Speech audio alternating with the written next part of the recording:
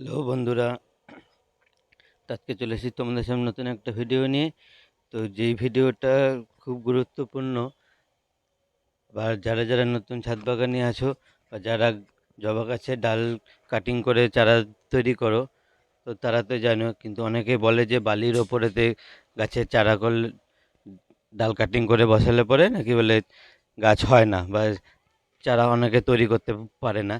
তো একদম সহজ সরল পদ্ধতিতে কিরমভাবে তৈরি করবে সেটাই তোমাদের সামনে আজকে তুলে ধরছি। তো দেখতে পাচ্ছ এখানেতে আমি এরকম একটা প্লেনের একটা টবের মধ্যে করে আমি এখানেতে 80% নিয়েছি বালি, আর 20% নিয়েছিলাম ভার্মি কম্পোস্ট। তো যেটা দিয়ে আমি কিছু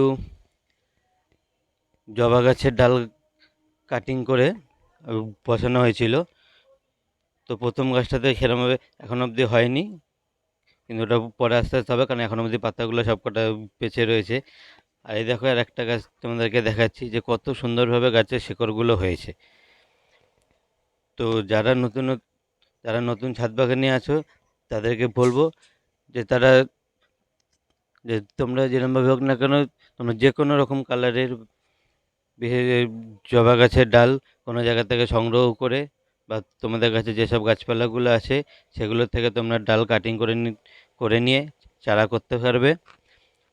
আর চারাটা করার সময় মোটামুটি একটা ভালো একটুখানি একটা গাছের ডাল বেছে নিতে হবে প্রথমেই, এবং তারপরেতে গাছটাকে 6 থেকে 7 ইঞ্চি মতন একটা ডাল সংগ্রহ করবে। সংগ্রহ করে নিয়ে গাছের ডালটার একদম তলার দিকটাতে 45 ডিগ্রি অ্যাঙ্গেল করে গাছটাকে কাটিং করবে।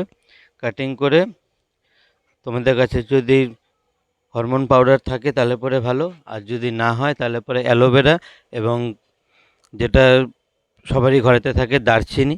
তো একটুখানি কষ্ট করে সে দারচিনিটাকে যদি গুঁড়ো করে নিতে পারো তাহলে পরেও হবে। তো আমি কিন্তু এখানে শুধু অ্যালোভেরা জেল, যেটা আমার বাগানেতেই আছে অ্যালোভেরা, তো আমি সেই জেলটাকে গাছের ডালের মধ্যে মাখিয়ে নিয়ে শুধু দারচিনি পাউডার করে আমি কিন্তু সেই ডালগুলোকে বসিয়েছিলাম আজ থেকে প্রায় 1.5 থেকে 2 মাস আগে। তো সেই 2 মাস পরে তোমরা সেটা চোখের সামনে দেখতে পাচ্ছ যে গাছগুলো হয়েছে কি হয়নি। তো সেটা তোমরাও আশা করি এবার তৈরি করতে পারবে গাছ। দেখো আমার কাছে আমি এখানে মোটামুটি 12খানা মতন গাছের ডাল বসিয়েছিলাম। বসানোর পর আমার এখানে কিন্তু মোটামুটি 11খানা গাছের ডাল ভালো মতন হয়েছে। একটা এখনও একটুখানি কোনো রকম শেকড় বাকড় বেরোয়নি। তো কিন্তু তোমরা কিন্তু এরকমভাবে এটা তৈরি করে নিয়ে একটা ছাওয়া জায়গাতে তোমাদের গাছটাকে রাখতে হবে প্রায় 1 থেকে 1.5 মাসের পরে। দেখবে আস্তে আস্তে করে গাছের পাতাগুলো যখন একটু বড় হতে থাকবে তখন তো বুঝতে পারবে যে গাছগুলো তাহলে শেকড় বেরিয়েছে। তো আমি এখানে এবার মাটি প্রস্তুত করে নিয়ে আমি গাছগুলোকে এরকম একটা 6 ইঞ্চি একটা গ্রো ব্যাগের মধ্যে এটা বসাচ্ছি। তো আমার এই মাটিটার মধ্যেও কিন্তু এখানেতে 50% রয়েছে মাটি, আর 30% আছে ভার্মি কম্পোস্ট, আর 20% আছে আমার কাছে বালি। মাটি, বালি আর ভার্মি কম্পোস্ট আমি কিন্তু এই মিশ্রণটাই দিয়ে কিন্তু আবার গাছগুলোকে নতুন করে পটিং করছি, যেন গাছগুলো বেড়ে ওঠার দিকে তাদের কোনো রকম যেন অসুবিধা না হয়। তো তোমরা দেখতে পাচ্ছ মাটিগুলো কিন্তু আমার অনেক এরকম তৈরি করা রয়েছে। তো তোমাদের যার যতটুকু করে দরকার হবে তোমরা তৈরি করে নেবে।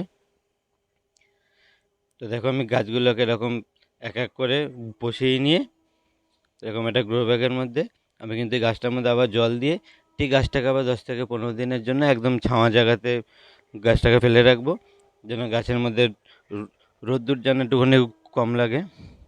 কারণ খুব এখন এই নতুন পটিং করার পরে গাছের মধ্যে কিন্তু রোদ্দুর লাগলে পরে কিন্তু গাছগুলো আবার তাহলে নষ্ট হয়ে যেতে পারে। তো আমার গাছগুলো আমি এরমভাবে সব কটা গাছকে আমি পটিং করে নিয়েছি।